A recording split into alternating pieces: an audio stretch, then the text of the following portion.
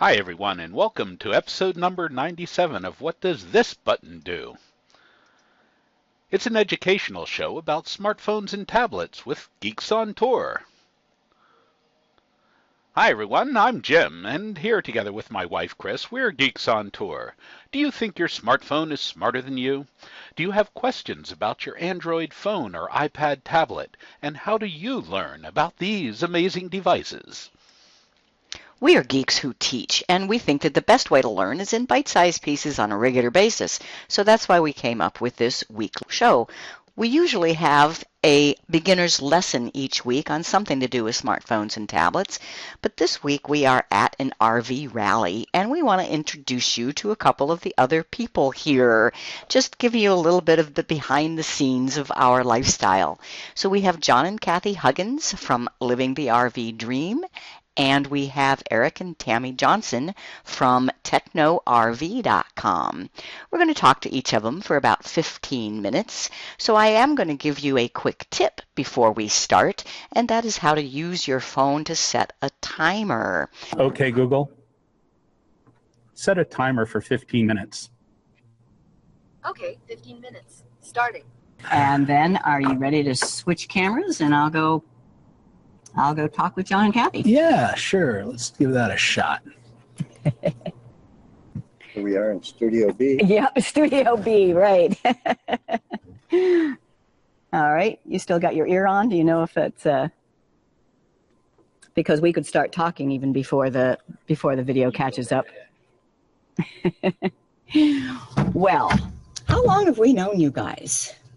Gosh, I don't know, 7, 8 years. It's been a while. It was, but you were still doing the podcast. All right, let me introduce. This is John Huggins and his wife, Kathy Huggins. And they have a website called livingthervdream.com. So if you want anything you want to know about RVing, you can find out on that website. It really is. You've organized everything so well. But so, yeah, most of our audience expects us to be talking about smartphones. We're going to talk about RVing because that is our lifestyle, and we do love it. What do you love the most about RVing? Why did you decide to go this route? It gives me freedom to see the parts of the country I used to fly over. Oh. When I was working, I would fly from here to there. When I was in the Navy, I was all around the edge of the country, didn't see any of the middle. Okay. And there were so many things that I had read about that I wanted to see, like the Grand Canyon and Mount Rushmore, the biggest string ball in the entire world. You really wanted to see that, huh? That you have to see. They're part of your bucket list. I really perked up when you were talking about how long you had stayed at any one place was around the Mount Rushmore, and that was your first destination that you really wanted to see. Ours too. Oh, yeah. You know, what is it about Mount Rushmore is so iconic for American, and you know, you got to see it. You do, and it's one of those places where it's easy to get to, very convenient. It's right off interstate, so you're not trying to go back roads or anything. And you see Mount Rushmore, you see it in all kinds of things, in photographs and postcards and, you know, behind advertisements. And so you just got to go see it.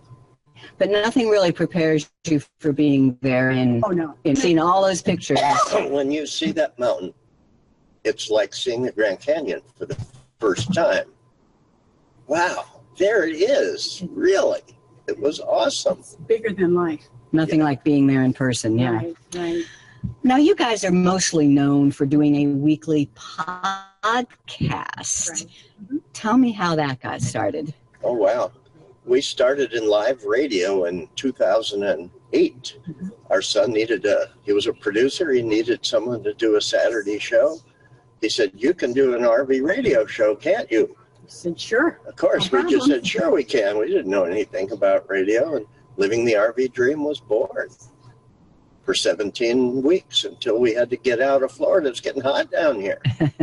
So I learned about podcasting, and we had a 2-month break, and then Living the RV Dream 0001 came out, and we've been doing it. We're up to podcast number 0390. 390. Wow. Now, I see the podcast as primarily your thing, John, but I think you really like it too, Kathy. Oh, I enjoy it, yeah. I get to add the little fun stuff. Uh-huh. Or ask the questions that somebody who hasn't quite understand. I can play the dummy. Because there are people out there that have an RV or they don't know the information he's talking about, and I try to make it that I don't understand. And if I don't understand, what would I ask? Mm-hmm. And that's what I try to do, is ask that question that people want to ask, but they're kind of timid about it because they think I should know that answer. Well, you don't, so ask the question. Uh-huh. But you've actually made a lot of new friends because of the podcast, right? We have. We did. And are just the best. You seem to run into somebody you've met somewhere, and it's just fun. And they're caring people. I had an injury that I got so many letters and cards and emails, telling me to get well, and they're just close friends that you meet up with every once in a while. And some even from around the world, right? Oh, yeah. They are. Our theme music is from a good friend in Australia who made that our little intro song for us. But our listeners gang up on us. All of a sudden, out of the blue, they say, "You guys give us all this great information every week, but we got to go right back through those old podcasts to find it. You need to write a book." And that talk started about 4 years ago. Mm-hmm. And we said, "No, we're not authors. We don't know anything about that." But when you get 12 of those emails in 1 month, it's time to start researching. Yes. And in our first book. So you want to be an RVer? No, the first book was So You Want to Be a Full-Time RVer. And we have totally revised it. And it's now So You Want to Be an RVer in, 380 pages or so, 57 chapters. Yeah, your second book is a lot bigger than the first book. I noticed that. We're very proud of that. And it's a go-to book for RVers. Absolutely. So You Want to Be an RVer is the title of the book, and it's available on your website at livingthervdream.com. It is. It's also on Amazon. On Amazon. Now, the reason that we're here this week was to present seminars for RV Rally, an RV rally that you guys organized. I know it's our fault. Why did you do that? The same listeners. You guys ought to do a rally. This thing from our minds. So I sat down with Nick Russell. We happened to be in Tucson where he was, and I said, "Nick, they're killing me. They want me to do a rally." He says, "Don't do it. It'll kill you. You'll lose a fortune in money, but it's a lot of fun, and people enjoy it." And we started thinking about it, and we just said, "Okay, we know some great presenters." We contacted you folks. We contacted Techno RV. And we said, "What do you think about doing a rally in Florida in October?" "Yeah, that sounds good." So we were in a great park that would accommodate it. We had top drawer speakers and you guys and in Techno. We thought, what more do we need? And we decided to make it a real relaxing rally rather than the normal rally where there's 5 and 6 things going on at the same time. We decided to make one thing at a time. Yeah, it's very relaxed. Plenty of time to talk to people and individuals. Let me do what you just said you do in your podcast. What is a rally? I don't understand. What do you mean? Good question. You got it. Well, a rally is gathering of a group of people that RV. You don't have to be full-time. You can be part-time. You can be just one information. You can come and rent a cabin or something, and we gather together and we have seminars, and seminars of different types. You all do a lot with the iPhones and Android phones. Techno RV does a lot with the technology that's current today to help you have better Wi-Fi and thermometers, all those kinds of things. And we just talk about RVing. That's our specialty. We think we're lifestyle specialists. Lifestyle specialists. Doesn't that sound important? Yes, This is such a wonderful really lifestyle. There's really, just when we think that we've had enough, we come to a rally, we come to an RV park where a group of people live for the week. Yeah. And we just have a great time. We say, there's just nothing like it. It energizes us. Yeah. Yes, it really does. It really does. A little bit on technology, though. One line that we say in our technology for travelers that never fails to get a laugh, and that is, you don't need to worry about internet when you're on the road because every RV park has good Wi-Fi. Why does that bring a laugh? Because every RV park usually has pretty lousy Wi-Fi. And even if it's great Wi-Fi, it's enough bandwidth to make it fast enough to be useful. So, and it's not secure. So for all the above, we don't do it. So what do you do? We use, when we were traveling full-time often, we used a cellular connection. We had purchased bandwidth. We purchased a Wi-Fi adapter and many devices, not like you guys, but we have many that are now online. And it worked out very well for us. But now we've been sitting here since Kathy got sick, so we have a cable hookup right to our rig. It's wonderful. It's fast. It's secure. It's awesome. And that is what we're using now.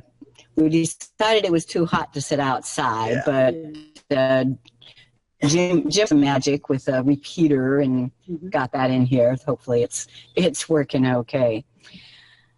Well, smartphones and tablets, I think they are essential for travelers. Well, now you say, oh yeah, I know that you only just now got one. I just got the phone, but I had a tablet. Oh, okay, right. When Kathy got sick and she was in the hospital, I bought her an iPad mini. I thought, well, she'll be able to do something with it. I can't pry it out of her fingers now. I have a small tablet. We both have smartphones. We have 3 computers in the house now. Yeah. Even have a wireless printer that's on the web. And a TV that's on the web. Really? Which would you rather do without in your RV? Electricity or internet? Ooh. Well, I don't know. If I have no electricity, I have no internet. So. Well, but I mean, without hookups, all right, electric hookup I'd like to try it. I think we would live just fine without it. The only problem, we can't conduct our business. Yeah. We have a publishing business or a media business, if you will, that we have to have it. We have to have internet. We can turn on the generator for electricity, and we have done it. We have done some of these Sunday shows in our RV in a field or in a Walmart parking lot. Sure. Wherever you have, connectivity is key. And it's just a really fun lifestyle, and I applaud you and anybody who is interested in finding out about the RV lifestyle. Living the RV dream is a great place to go. And this has been a fun week. Thanks for putting it on. We're so glad you come. You're such a draw. People really appreciate the attention they get from both of you. Well, in a smaller group like this, we can do that. We love doing that. I'd like to add is we're on Facebook in a big way. We have a Facebook group called Living the RV Dream with 34,000 members. That's amazing. It is. The growth was phenomenal. And that we meet people that way. They ask questions of each other, of us. It's get invited out to lunch. It's a wonderful medium to exchange really good information. So we're very pleased about that. All right. Well, do you have just any parting words for people who are interested in the RV lifestyle?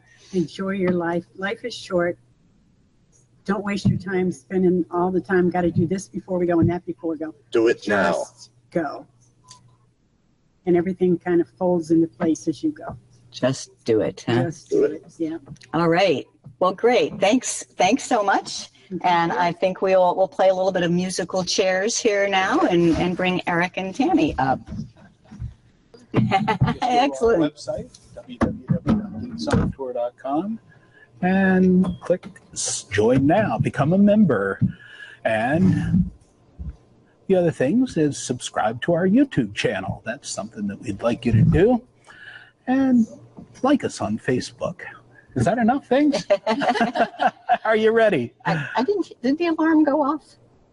There we go. What alarm? Me. Oh, that alarm. Okay. There was the alarm for 15 minutes. Perfect. I was into it. Well, I want to welcome Eric and Tami Johnson from Techno RV. Yeah. Now, if any of people watching have been following Geeks on Tour for a long time, you know that we did our own rallies with Techno RV called Techno Geek.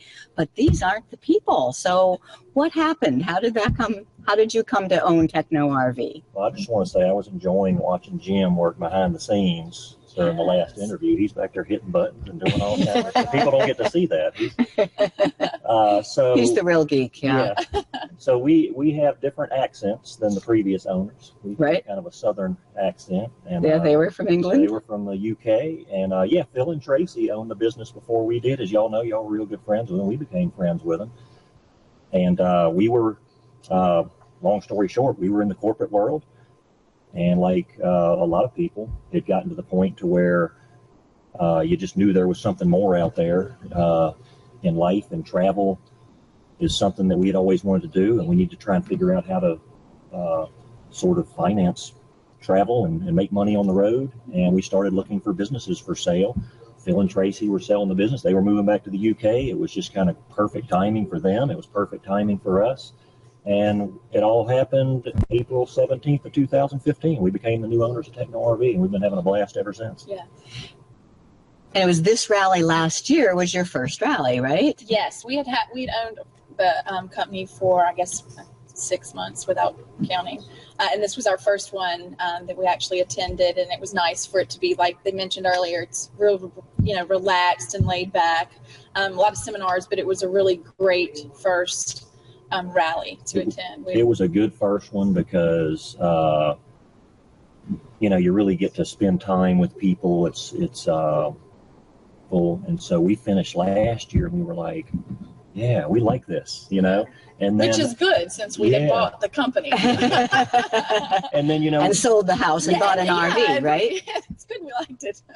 It's good. We do a lot of rallies, or have done a lot of rallies, and a lot of them are bigger, like really big monster shows, to where you're really just like in a booth, 60,000 people coming through these areas, and while those are great, it was good to come back again this year to here, because it's just like a shot in the arm. It's like, oh man, it's like your home rally. Yeah, exactly. One thing that you gave a seminar this week on doing a business on the road and just your lifestyle. One thing that really was impressed upon me is how you actually planned this life.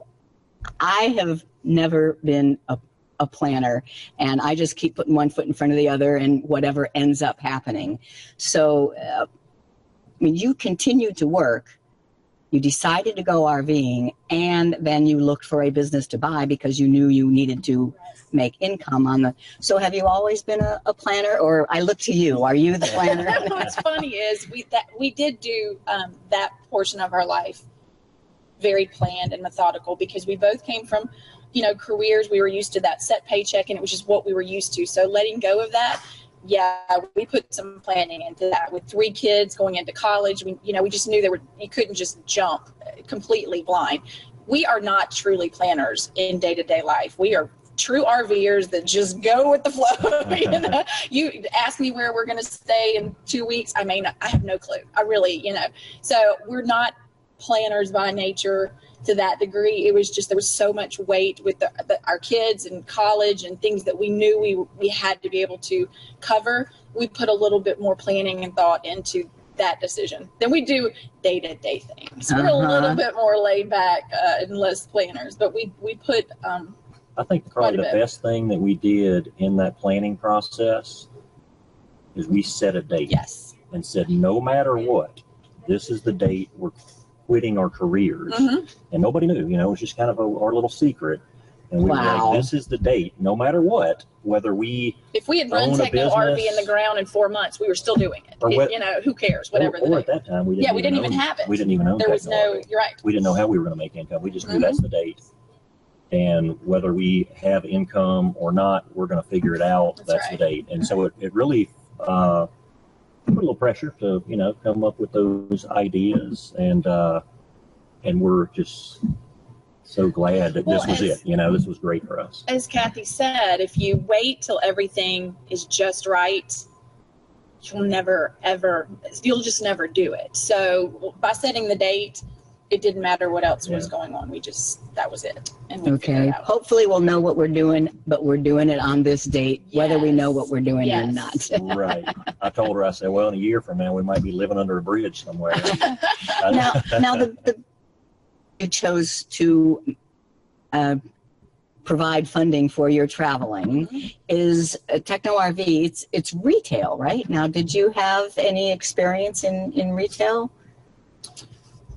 I mean, the typical working retail, but no, my background is education and curriculum writing, and I started as a teacher, did administration, went into curriculum writing, so that's my background. So the part of Techno RV that I liked was just the teaching people how to use the equipment we sell, and that portion was what was attractive to me. Yeah, you guys do some really nice tutorial videos. I've been thinking we should get together and share notes. It's important that people understand. That was just by nature.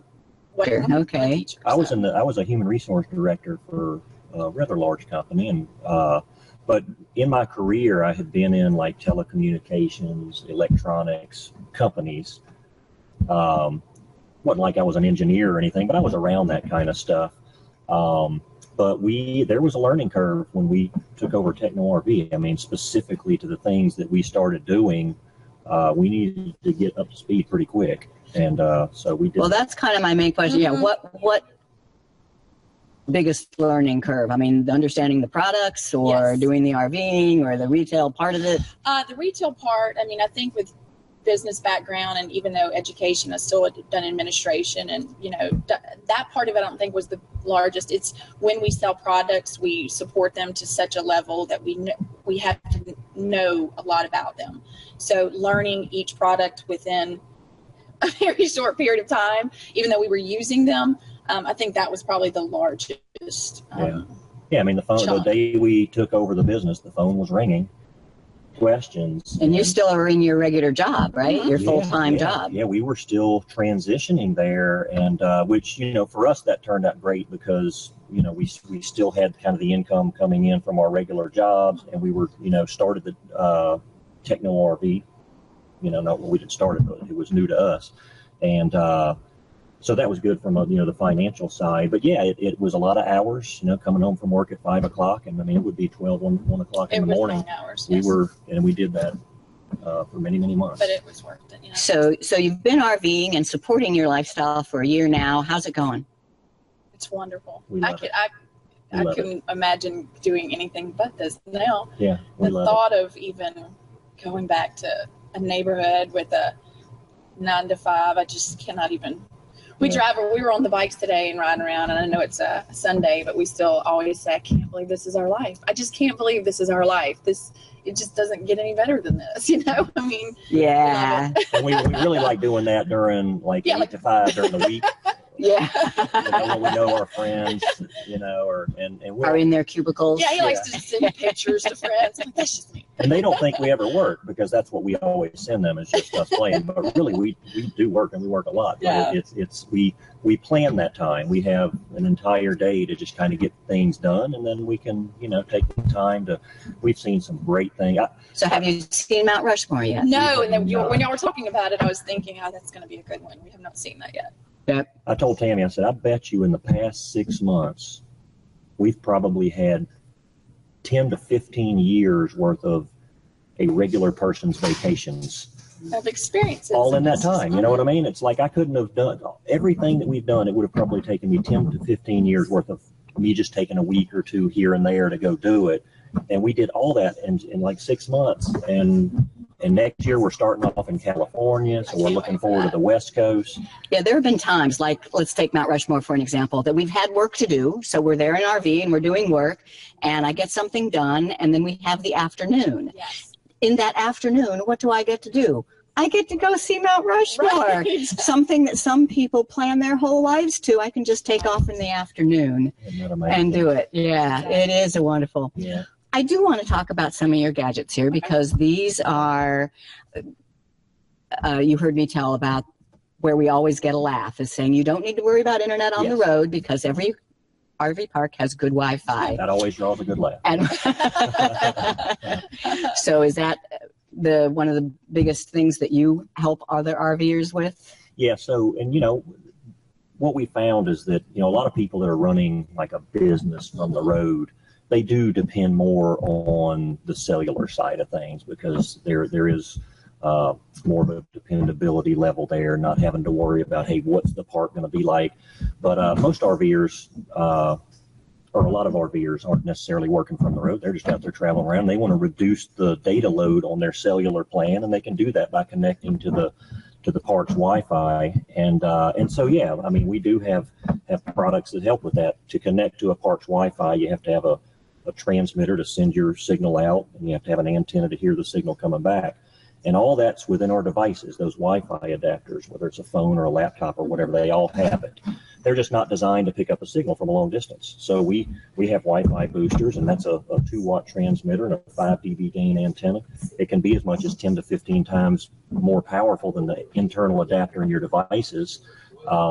And you can add a repeater to it where multiple devices can gain access wirelessly to it. So not to completely get into all this, but there are solutions out there that allow you to reach out there and grab the signal, bring it in, and give you a better experience. And a popular thing about this is this makes it secure. You can, username, put your own password on. Yeah, so a lot of it's people, your like John own. mentioned, not being secure with open networks and everything. That's a popular feature of that. Kind of creating your own network. Yeah, it's fully encrypted, and so people like the idea of that. And then what we find is, and even at this rally this week, a lot of people purchased these products this week, and everybody was coming up to me and saying, hey, it's great, the experience is much better. So while there are bandwidth problems and there's no guarantees at parks, what I find more often than not is that the part of the equation that is lacking in a lot of cases is that the internal Wi-Fi adapter in our devices is just not designed to reach out and pick that signal up from however far off it is. Mm-hmm. And these help with that. Yeah. And is bigger better? In this case, it is. Yeah, look at that.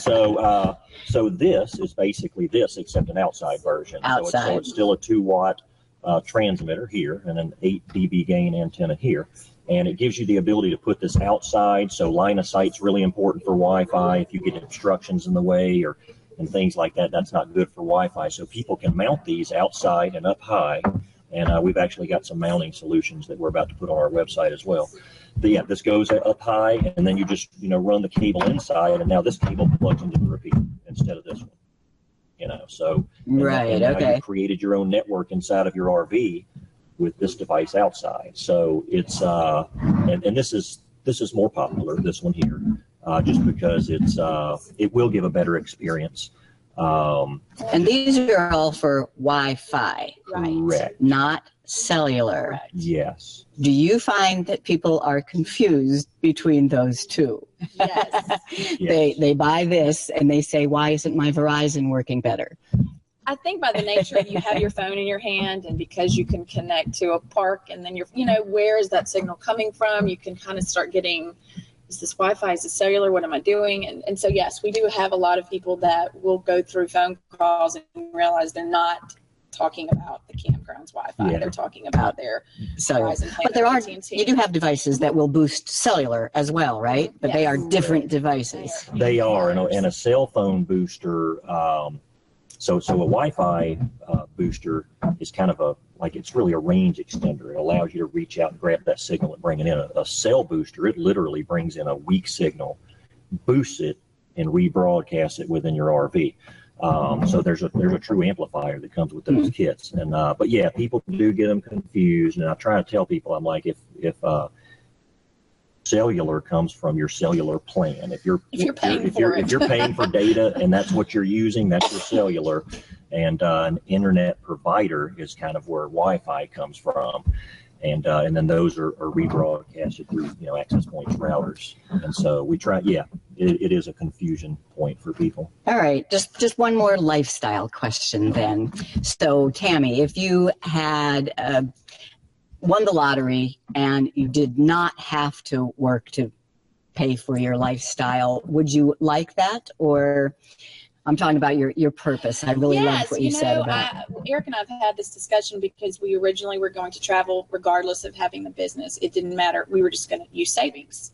And I enjoy having the business in addition to the funds that it provides us to travel because it gives us a purpose. It's something that it fulfills us. It makes us, it just gives me something to do as opposed to, days that we don't do Techno RV, it may go 2 or 3 days that we on the weekends, and I'm like, I can't imagine just waking up every day and doing what would make me feel like I'm still contributing. I like to contribute. I like to have a purpose, and I love what we do outside of the funds. The funds are great, but yeah, I think I would still want to do, even if we didn't have Techno RV and we didn't need the money, something that would give me, a reason to be out there and a reason to. Plus, if we'd have done it off savings, the trip would have come to a screeching halt pretty quickly. Right. So this allows us to kind of keep going. But yeah, the purpose thing, it does create kind of a sense of purpose and just getting to meet people and things that we, like us, stuff just seems easy. It's not easy to a lot of people. And so we can see it in their faces. It's kind of the light bulb goes off and you're like, wow, I just taught somebody something, and now they're excited about it. Yeah. I think that is something that all three of us really do share, that we love the RVing. The travel is wonderful. The places we see are so gorgeous. But that's not all there is. You want to have a reason to interact with the people along the way, and something to get you out of bed in the morning. Exactly. And we get to do this. Oh yeah. This was on our bucket list. We have we have friends. Real friends, not just acquaintances, in probably every state in this country because of and some of them are in every state. We just meet up with them in different places. Yeah, Thanksgiving. So we're hooking up with friends that we met just recently. Hanging out for Thanksgiving with people we met at an RV rally a few months ago that just become really good friends, and looking forward to seeing them again. So it's fun. All right. Well, I think are we about at the end of time, I think there, Jim. I do have an app of the week, but I wonder if either of our interviewees might have an app that they'd like to recommend. I do have an app. I don't know really? He looked like he was ready for that. I'm scared to see what he's I don't know if it's an app of the week, but there's two that I use a pretty good bit. One of them Speed Test. Speed Test, Ookla. Have you probably talked about that one before? And so, it's Ookla Speed Test by Ookla. Yeah, and so it's real easy. You just pull it up, hit begin test, and it'll tell you how many megabits per second you're drawing. And then the other one is that I use is one called Open Signal. And if you click on that one, it'll tell you exactly where the closest cell tower is to you. And when you're using the cell when you're using a cell booster, you want to kind of get that antenna kind of over on that side, and so it's something to help you with that. Open Signal and Speed Test by Ookla. You have one? Google Maps. Google Maps. If I had to have just one app, I don't even think I care about the phone. Give me Google Maps. Yeah. I agree. I can find my way. I agree. It's awesome. But I did have one because of being at a rally and talking with all sorts of people all week about technology. We learn new things that we never knew, and somebody came up and said that they print their pictures using, I wrote it down in the print, it's in the PowerPoint. Oh well. I'll put it in the notes, but it's Walgreens.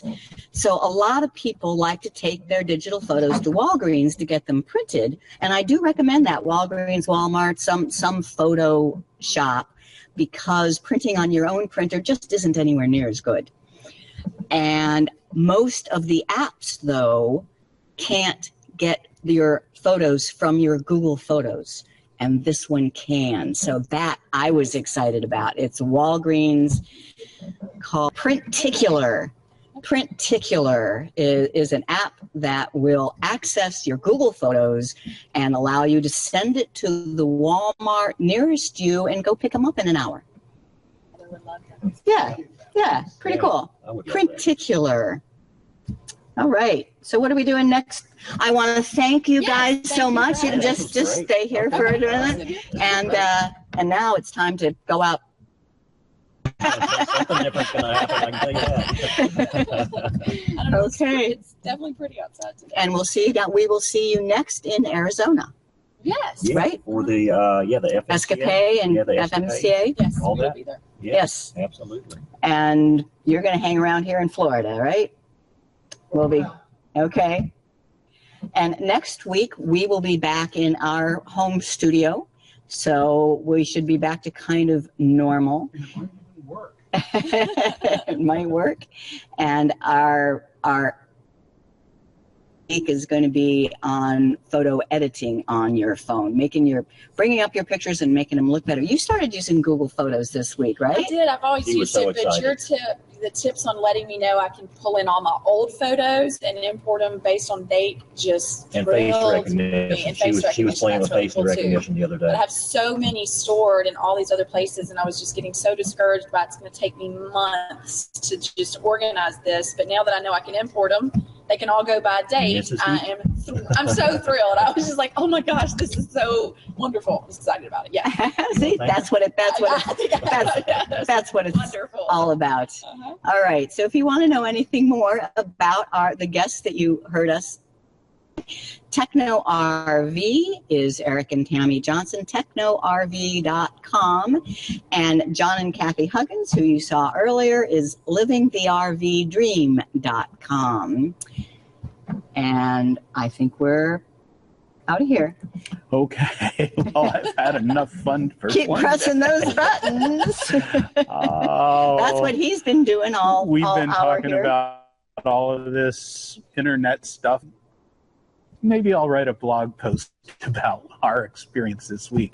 Next week we should be doing just fine. We'll be back on fiber internet We'll be next back week. on high-speed internet, and it should be working good for you. But until then, You're on it right now. well, sort of, kind of. This isn't fiber. Anyway, I'm Jim, I'm Chris. and we're Geeks on Tour. Keep pushing those buttons. That's how you learn. What does this button do? Bye-bye. Bye.